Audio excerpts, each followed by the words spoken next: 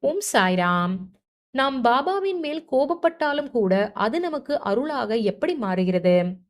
அதாவது ஜோஷி அப்படின்ற பக்தர் பாபாவுடைய தரிசனத்துக்கு ஷீரடிக்கு போகணும் அப்படின்னு ரொம்பவும் ஆசைப்பட்டாரு. ஆனா எத்தனை முயற்சி செஞ்சாலும் அவருடைய திட்டங்கள் எல்லாம் தோல்வி அடைஞ்சது. இதனால அவர் வருத்தமும் கோபமும் அடைஞ்சு அவர் என்ன சொன்னார் அப்படின்னா, என்னுடைய நண்பர்கள் எல்லோரும் ஷீரடிக்கு போறாங்க. எனக்கு மட்டும் இந்த வாய்ப்பு ஏன் இல்ல? அதனால பாபா, நீங்க உண்மையிலேயே ஒரு பெரிய மகான் அப்படின்னா, நான் ஷீரடி வராமலேயே எனக்கு நீங்க தரிசனம் குடுக்கணும் அப்படின்னு கேட்டுக்கிட்டாரு.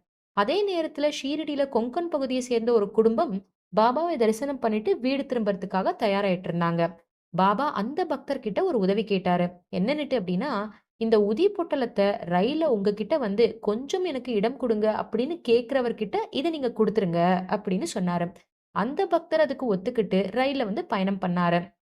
அப்போ நிறைய ஸ்டேஷன்கள் எல்லாம் வந்து கடந்து போயாச்சு. ஆனா யாருமே அவர்கிட்ட அப்படி கேட்கல. அப்போ மும்பையில கல்யாண் நிலையத்த கடந்ததுக்கு அப்புறமா, பாபா அவர்கிட்ட சொன்ன மாதிரியே, ரயில்ல இந்த மாதிரி யாருமே தன்கிட்ட வந்து எதுவுமே கேட்கல அப்படின்னு ஒரு கடிதம் எழுதிடலாம் அப்படின்னு நினைச்சாரு. அப்போ ரயில் தானே நிலையத்துல நின்னுது.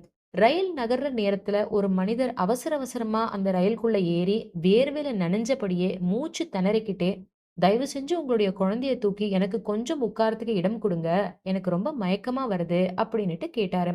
உடனே அந்த பக்தர் குழந்தைய தூக்கி அந்த மனிதருக்கு இடம் கொடுத்தாரு. அதுக்கப்புறமா பாபா சொன்ன மாதிரியே அந்த உதி பொட்டலத்த அவர்கிட்ட குடுத்து நடந்தது எல்லாத்தையும் சொன்னாரு. ஏன் அப்படின்னா, ஜோஷி பாபா கிட்ட வேண்டுன மாதிரியே அவருக்கு வந்து பதில் கிடைச்சது. ஜோஷி ரொம்ப மரியாதையோட அந்த உதிய வந்து வாங்கிக்கிட்டாரு. இப்போ ஒரு குழந்தை கோபப்பட்டு அடம் பிடிச்சா எப்படி இருக்கும்? அவங்களுக்கு வந்துட்டு நம்ம எப்படி ஒரு கருணையோட வந்து அந்த குழந்தை அடம் பிடிக்கிறத வந்து நம்ம சமாதானப்படுத்துவோம். அந்த மாதிரி பாபா காட்டுன அந்த கருணைய நினைச்சு அவர் என்னன்னைக்கும் நன்றியோடு இருந்தாரு.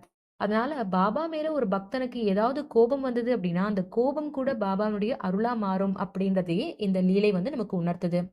ஆக ஜோஷி அப்படின்ற பக்தர் ஷீரடிக்கு போக முடியாம வருத்தப்பட்டாரு. அந்த வருத்தம் கோபமா மாறித்து. ஆனா பாபா அந்த கோபத்தையும் தவறா வந்து பார்க்கல. அதுக்கு பதிலா என்னுடைய பக்தன் என்ன நினைக்கிறான் அப்படின்னு நினைச்சு அவர்கிட்ட வந்தாரு. வேறொரு பக்தரின் மூலமா உதிய சரியான நேரத்துல, சரியான இடத்துல, சரியான வார்த்தைகளோட ஜோஷி கிட்ட வந்து சேர்த்தாரு. இதன் மூலமா பாபா நமக்கு உணர்த்துறது என்ன அப்படின்னா, பாபா எங்கேயும் நிறைந்திருப்பவர். நாம எங்க இருந்தாலும் அவர் நம்மள வந்து அடையிறாரு. அவர் இடம், நேரம், சூழ்நிலை எல்லாத்தையும் சரியா அமைக்கிறாரு. நம்முடைய கோபத்துக்கு கூட அவருடைய கருணைய வந்து பொழியிறாரு. நாம கேட்கிற வார்த்தைகளையும் அவர் கேட்டு வந்து நிறைவேத்துறாரு. ஒரு சின்ன இடம் வந்துட்டு குடுங்க அப்படின்ற அந்த வார்த்தை கூட பாபாவுடைய லீலையில ஒரு கருவியா மாறுது. முழு நம்பிக்கை வச்சோம் அப்படின்னா, பாபா நம்மள எங்க இருந்தாலும் வந்து சேர்வாரு. நன்றி. ஜெய் சாய்ராம்.